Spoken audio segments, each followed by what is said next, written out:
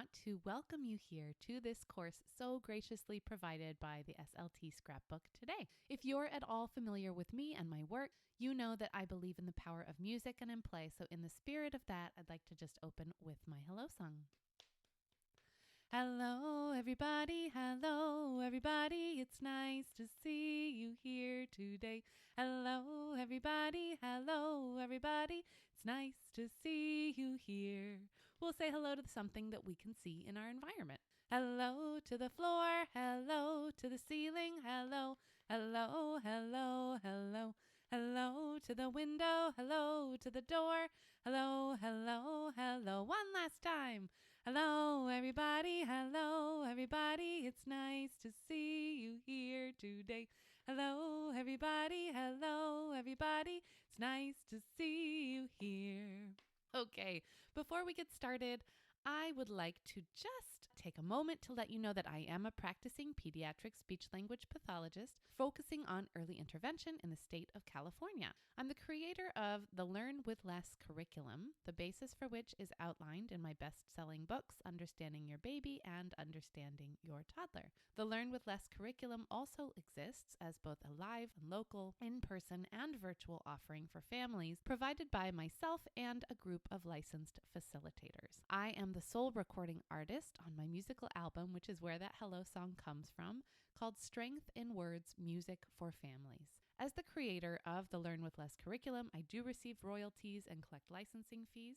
I'm also the host of the Learn with Less podcast, which is a free early development and early parenting resource for parents, caregivers, and professionals working with infants and toddler families of all developmental levels, and which informs my audience about my paid offerings. So let's get started, because in this workshop, we are going to be talking about how to work with parents and caregivers in early intervention and strategies for parent education. Because here's the thing, the single most important your families need to realize about supporting their young child's development is that they already have all the right tools to support their babies.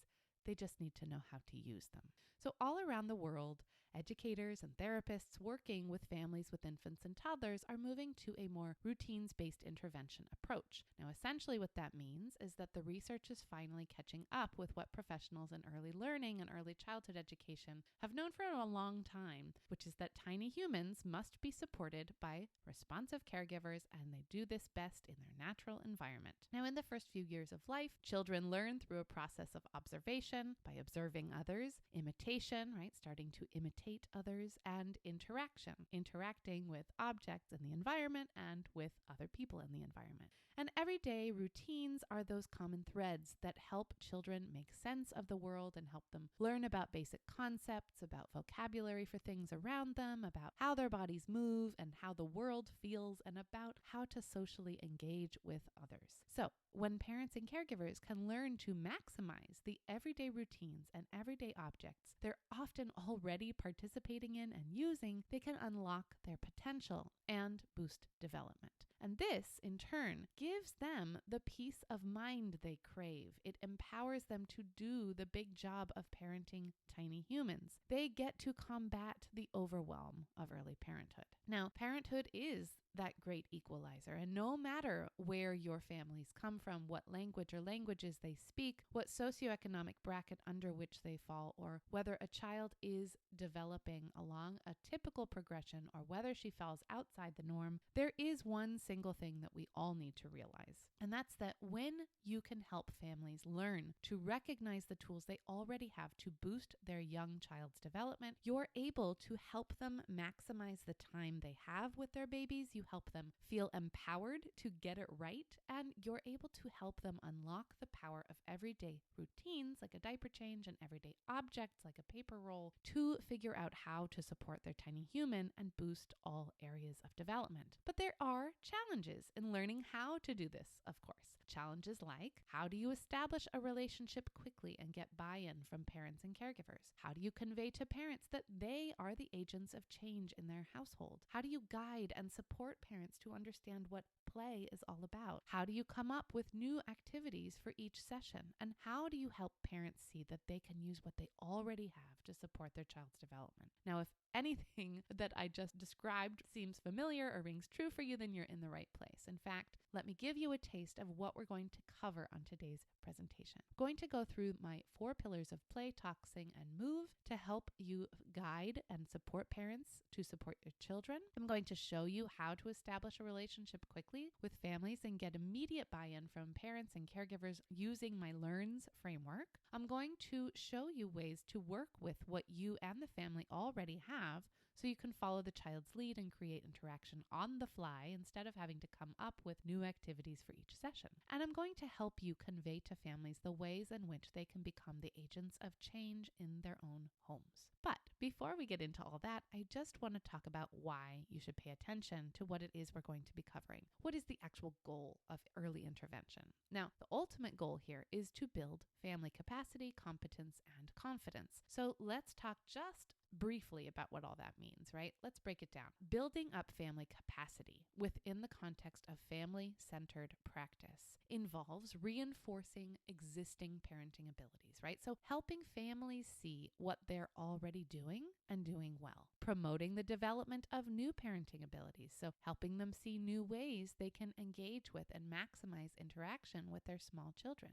And enhancing and strengthening the parents' self-efficacy beliefs, so helping parents and caregivers build confidence in their ability to make an impact on their child's development. So these words, competence and confidence, have everything to do with what we're doing in early intervention, because when we're talking about building a parent or caregiver's competence and confidence, we're really talking about that parent's ability to understand, care for, and enhance the development of their child and believe that they can have an impact. We know that there is a positive correlation between a parent's sense of competence and their ability to engage in positive parenting strategies, and also on the level of engagement between parent and child. Parental competence is also linked to a parent or caregiver's ability to utilize coping strategies day in and day out. So therefore, this means that your job as a therapist is to help parents and caregivers believe that they can make a difference with their child, and you can do that using very simple strategies and very simple materials. Now, much of my own professional background as a pediatric speech-language pathologist is in early intervention. I have dedicated my career to working with early communicators, primarily with infants and toddlers and their adult counterparts. Now, in the world of education, the term early learning often refers to children who are, not yet school-aged, but who are in the preschool years. But we know that babies are learning from before day 1, and we know that their parents and caregivers are learning too. These first few years set the stage for the rest of a young child's life. And as a parent myself, I can speak for all of us, parents and caregivers of young children of all developmental levels, when I say that we can all understand more about how to simplify. Parents and caregivers already have an incredible amount of pressure to do enough for their children. We desperately need to simplify our lives. We need access to quality over quantity. Young children need high quality interactions and opportunities to engage with the world, not the latest learning toy. Their caregivers need access to high quality information and high quality interactions, and an opportunity to reflect upon what's working and what's not working, not a million mommy blogs and fancy craft ideas on Pinterest. And that applies to what you bring into the therapy context as well. As an early interventionist, I, like you, strive to work within family-centered practice. This means that I help families maximize the opportunities for play and development within naturally occurring everyday activities and using materials that already exist within the home. So instead of being the therapist who walks into a family's home with a magical bag of therapy materials, I see my job as that of a facilitator, a coach, helping families see the power of routines-based intervention and focusing on routines that are most important to that family. Now, a routine is any activity that is regularly occurring, that has a fairly predictable set of steps, and that has a clear beginning and an end. We all engage in different kinds of routines in our homes, right? Caregiving routines, play routines, daily tasks. And when we can identify these and maximize their value, we can make a huge difference within simple activities that our families are already doing. So what are the kinds of things we can do to support young children, that can infuse every single interaction with more connection, more opportunities for interaction, more vocabulary, and more modeling. Now, I see these as play, talk, sing, and move. I refer to these as my 4 pillars of Learn with Less. I come back to these in each one of my therapeutic sessions and in everything I model and discuss with families, as well as in all my parent education work with Learn with Less. So what does that mean for our little ones? First, we want to define play with attention to the following principles.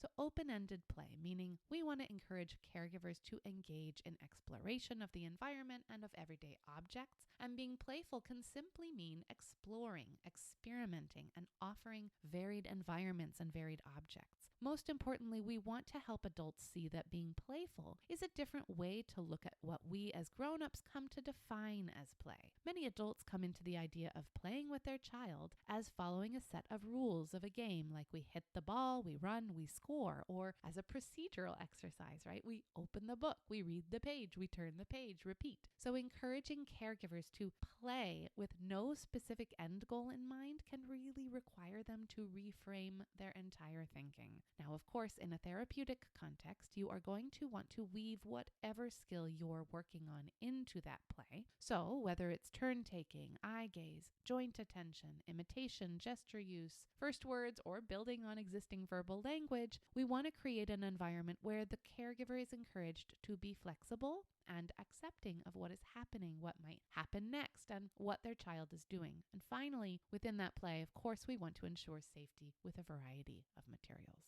Next, we want to define this second pillar, talk, with attention to the following principles.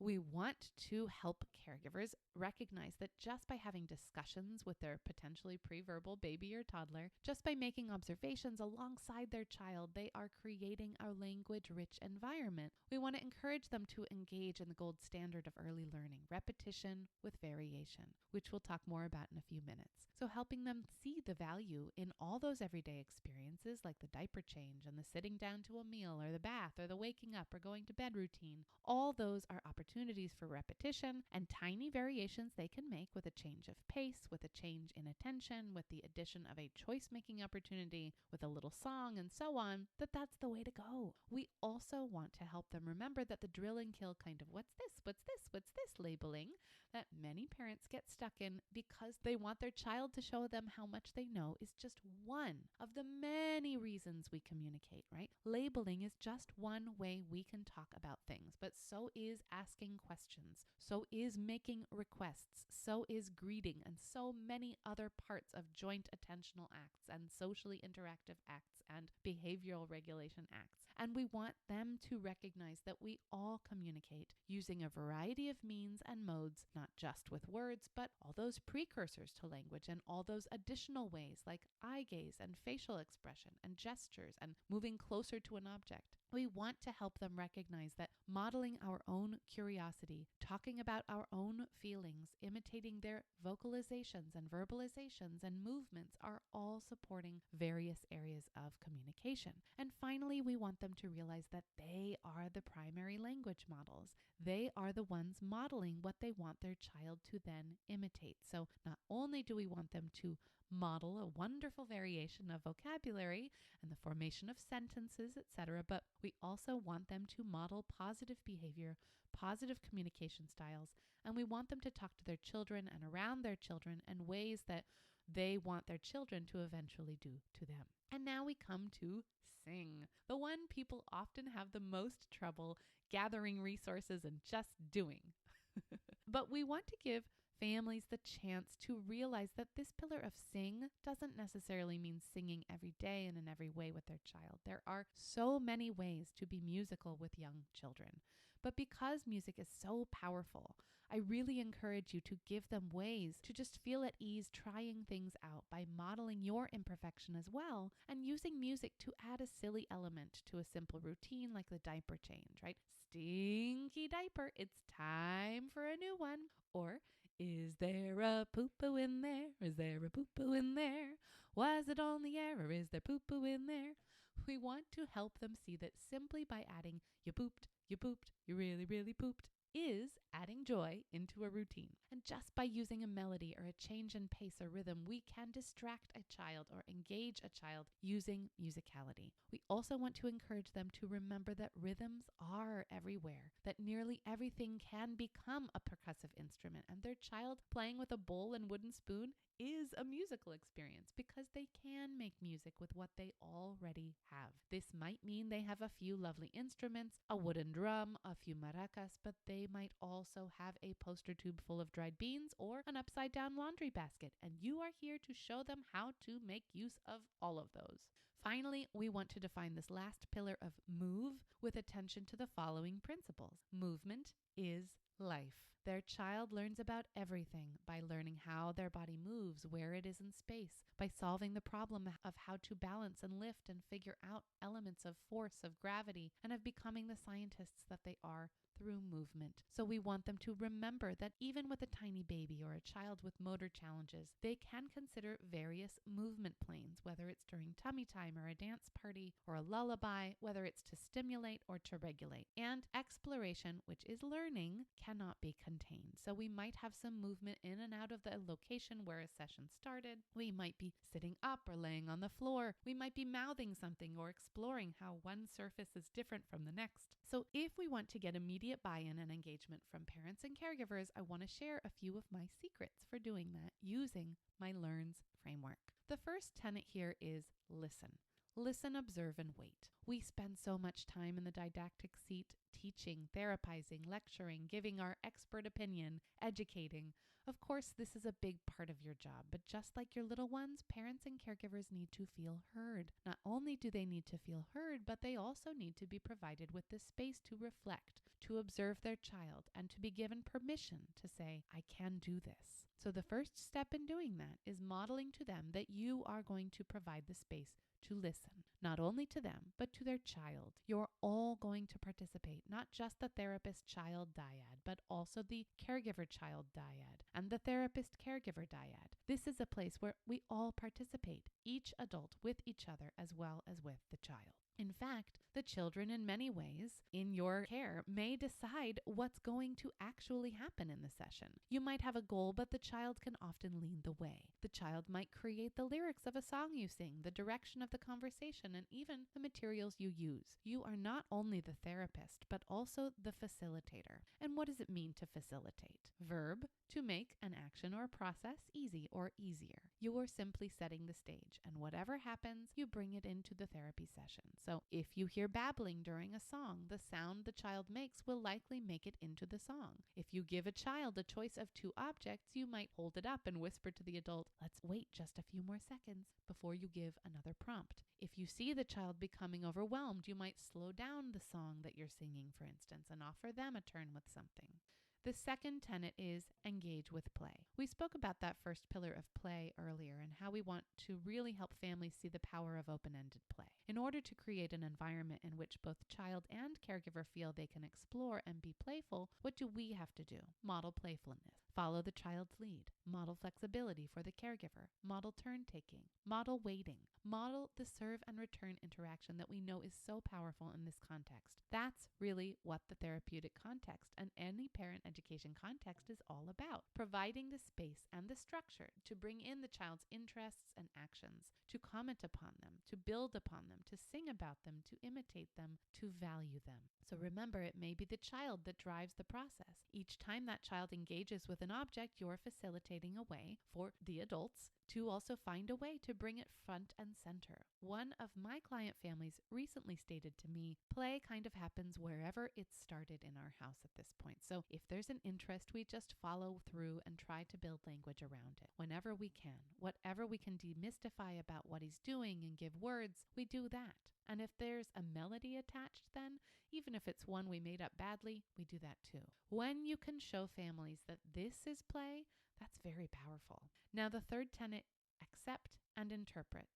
this blossoms right out of the first two. You're the facilitator of the therapy context. You're the one who's going to highlight the value of what's already happening in the environment. You're going to accept what the child is doing and how they're doing it, and you're going to share the value of that by creating a structure around it. You can create an entire activity based on what they're doing, what they're interested in, and how they're engaging with a particular material. Clearly, we need to first scan the environment to see what's there, what's available, and then set up the environment and set the boundaries of what's acceptable in the beginning. And often that needs to be established by the caregiver, not by you if you're in their home. But sometimes the less you say, the better. The more you show by sitting together on the floor, at the table, or on the sofa, by closing off certain areas if you don't want them to be accessible, by covering any not available materials so they're not so distracting. Now, you also want to accept what the adult is doing and create an environment in which they feel comfortable participating at their own level as well. So when they do try something, give them constructive feedback and keep it brief. The fourth tenet, repetition with variation. As we already know, and as we've already mentioned within the context of our second pillar, talk, this really is the gold standard for early learning. Again, how do infants and toddlers learn best? We know that infants and toddlers learn best through everyday experiences and interactions with familiar people in familiar context, within routines, within daily interactions. They're detecting patterns in our behavior and in the environment in order to make sense of it. While predictability is extremely important, we want to remember to introduce a bit of a pattern interrupt. Repetition with variation supports our young children with both pattern detection but also enough variation once a routine is established and familiar to ensure our little ones start to deal with changes and start to offer opportunities for scaffolding, learning new skills, or learning to generalize current skills into new contexts. So for example, when we're singing a song, preferably one which is already familiar to the child or adult, we start by modeling the song, setting the stage with the melody and the rhythm. Once both children and adults are comfortable, we can start to vary it. We can change the words. We can sing about something in the environment. We can link the vocabulary to the experience at hand. We can do this in a book reading activity or when using print materials, right?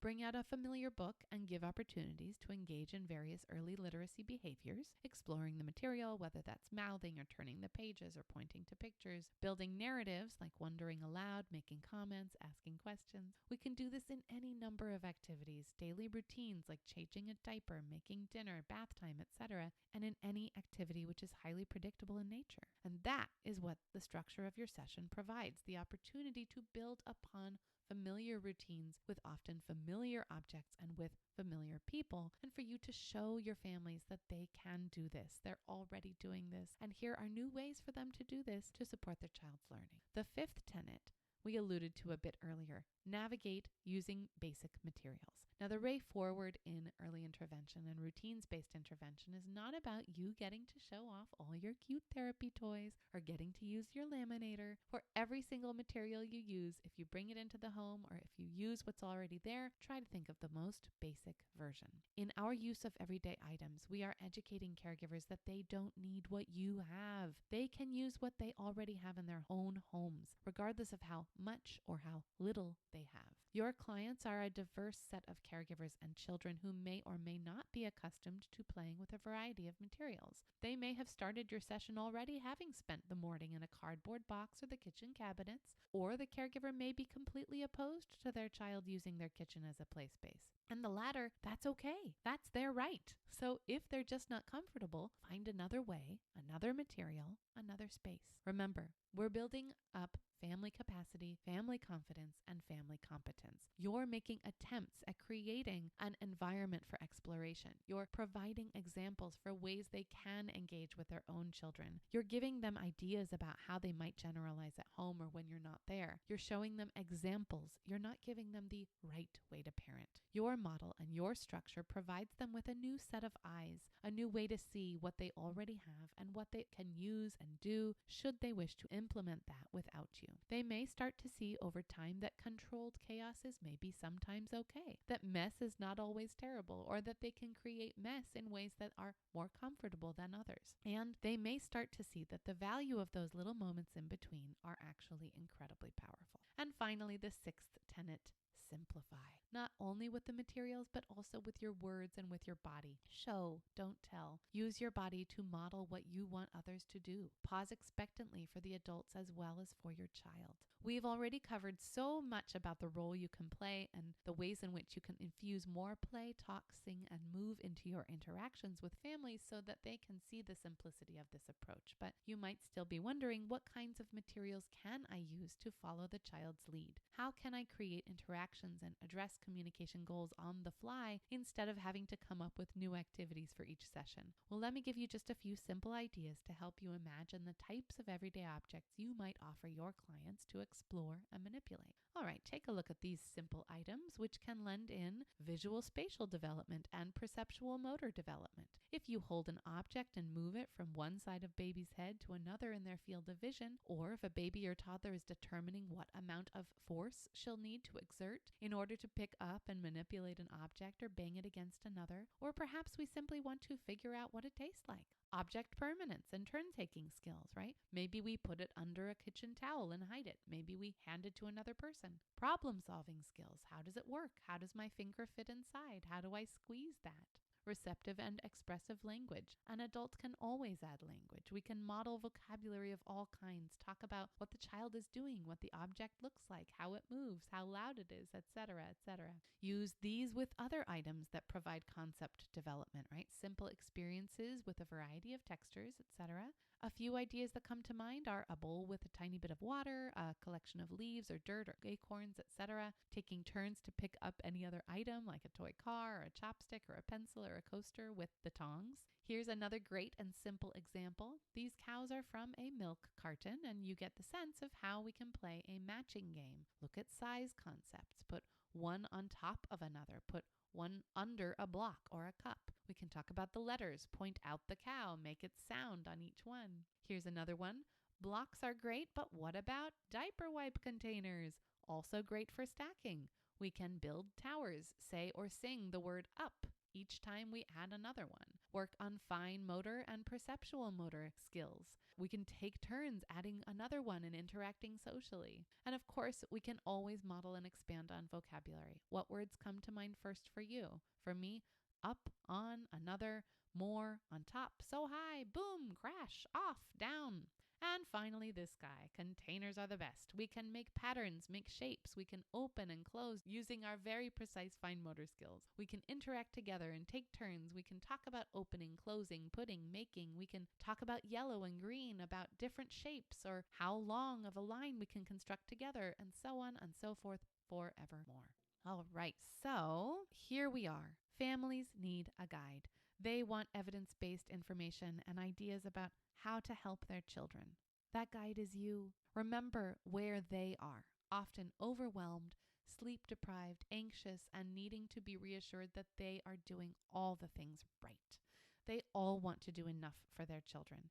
Every single parent wants this. The strategies we've discussed today focus on empowering the family, creating confidence, helping them feel competent, and building their own capacity, helping them see what they're capable of, and giving them the eyes to see the value of what they're already doing, adding just a few tweaks to their mundane everyday moments. I really want to thank you so much for being here. You can learn more about the tools and strategies I share with families and professionals over at Learn with Less. And now let's get ready and sing a goodbye song to finish off the presentation. I hope you've enjoyed this course today, and I can't wait to hear more from you. Thanks for being here. See you later. What will you do the rest of your day? Goodbye to the grown-ups. Goodbye to the babies. Goodbye, toddlers. Goodbye, Ayelet. We laughed and we played. We're getting very clever. This is what counts. Being here together. Thank you so much for coming, everyone. See you soon.